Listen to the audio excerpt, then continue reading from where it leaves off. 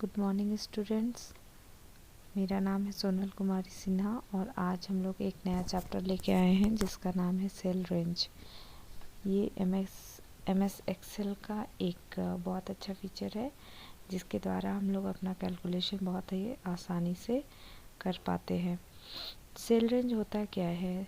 जैसे कि हम लोग जानते हैं एक्सेल में हम जहाँ तक के सेल्स को एक साथ सेलेक्ट करते हैं उसे ही सेल रेंज कहते हैं।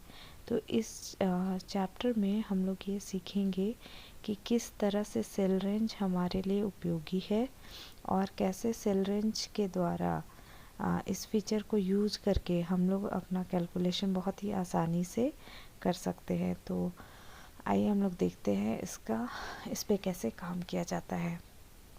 तो सबसे पहले हम लोग एक एक्सेल में एक वर्कशीट खोल लेते हैं और इसमें जैसे कि आप लोग देख रहे हैं 3 वर्कशीट है यहाँ पे। और हम लोग सीट 1 में एक लिस्ट तैयार कर लेते हैं जिसमें फ्रूट्स के नाम हैं और फ्रूट्स एंड वेजिटेबल्स के नाम हम लोग इसमें रख लेते हैं। ठीक है, फ्रूट्स एंड वेजिटेबल्स।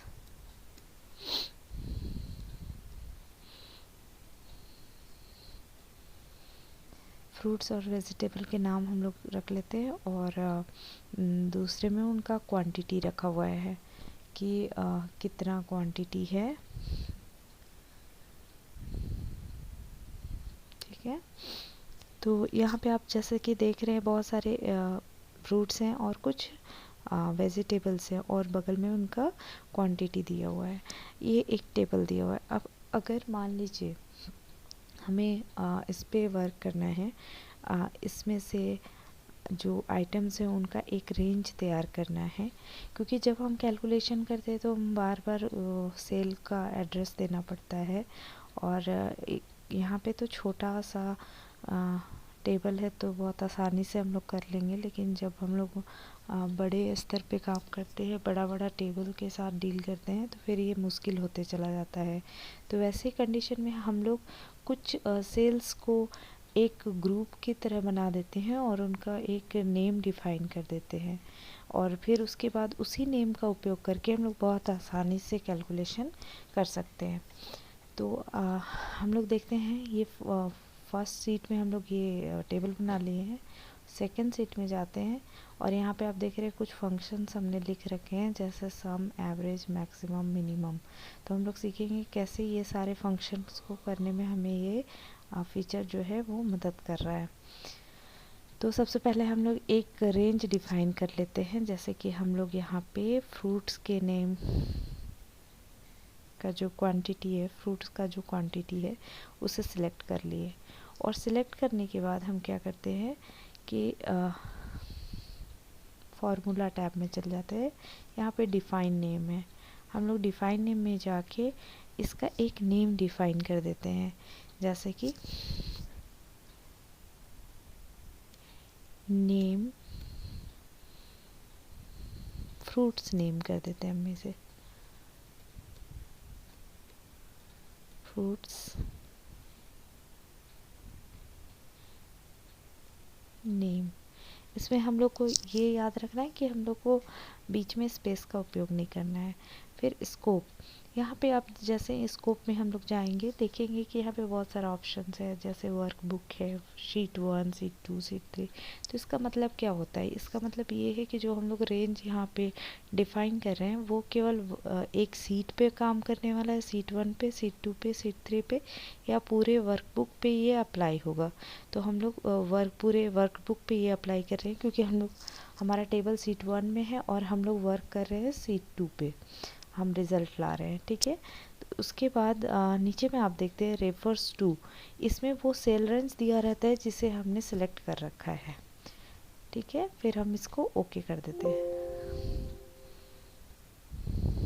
ओके, ये नेम को नहीं ले रहा है तो हम लोग इसका नेम चेंज कर देते हैं।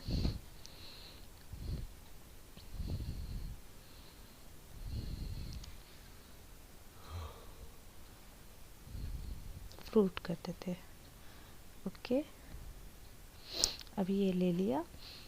अब ये आप देख रहे हैं इस रेंज का नाम हो गया फ्रूट। ये यहाँ भी हमें नेम बॉक्स में भी ये डिस्प्ले किया जा रहा है कि इस रेंज का नाम है फ्रूट। ठीक है, ये डिफाइन हो गया। अब अगर हम इस पे वर्क करना चाहें तो आप देखिए C2 में जाते हैं। मान लीजिए हमको टोटल क्वांटिटी फ्रूट्स का कितना क्वांटिटी है ये पता करना है, सम करना है। तो हम यहाँ पे सीधे सम इक्वल टू सम और फिर सीधे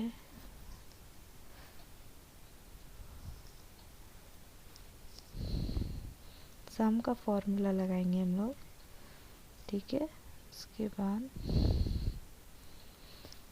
यहाँ पे हम लोग सीधे वो उस रेंज को लिख देते हैं। उस रेंज का जो हमने नाम रखा था, तो हमने नाम रखा था क्या, फ्रूट, है ना।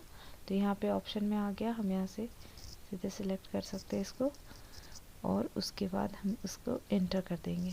तो आप देखिए जो भी रेंज में था उसका टोटल का यहाँ पे एडिशन करके दे दिया। अब फिर से हम लोग C1 में चलते हैं और एक और ग्रुप बना लेते हैं, एक और रेंज तैयार करते हैं। ये दूसरा तरीका है रेंज तैयार करने का। एक तो हम लोग फार्मूला टैब में जाके किए और हम ऐसे भी सीधे भी कर सकते हैं। यहाँ से सीधे हमने रेंज सेलेक्ट किया और ये जो नेम बॉक्स है यहाँ पे जाके हम इसका नाम सीधे भी दे सकते हैं, है ना। तो ये हमने और एक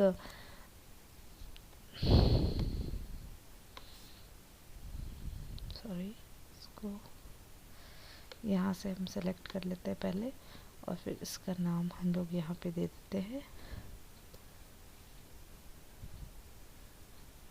ठीक है, अब इसका नाम तो हमने दे दिया है। हम C2 में जाते हैं। अगर हमें एक एवरेज इस पे मैक्सिमम जानना है कि जो वेजिटेबल वाला जो रेंज है उसमें मैक्सिमम क्या है, मैक्सिमम का फॉर्मूला लगाएंगे। तो हम लोग यहाँ पे उसका फॉर्मूला लगा के देख लेते हैं।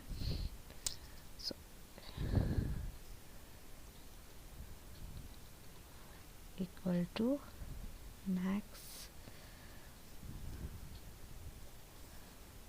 और हमने क्या,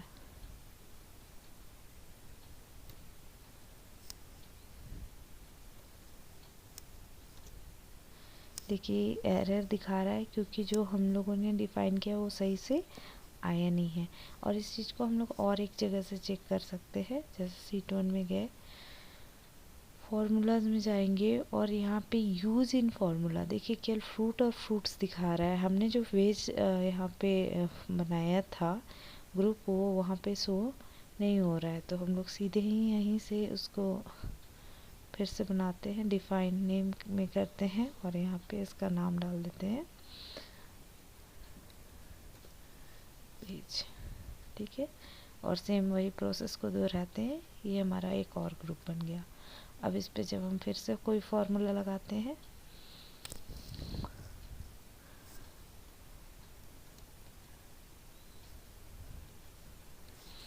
तो देखिए ये किस तरह से काम करेगा।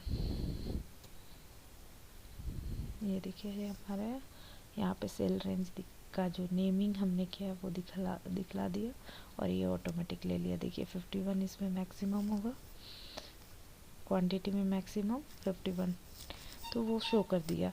तो इस तरह से बहुत आसानी से हम लोग इस फार्मूला का यूज़ करके अपना कैलकुलेशन का काम कर सकते हैं।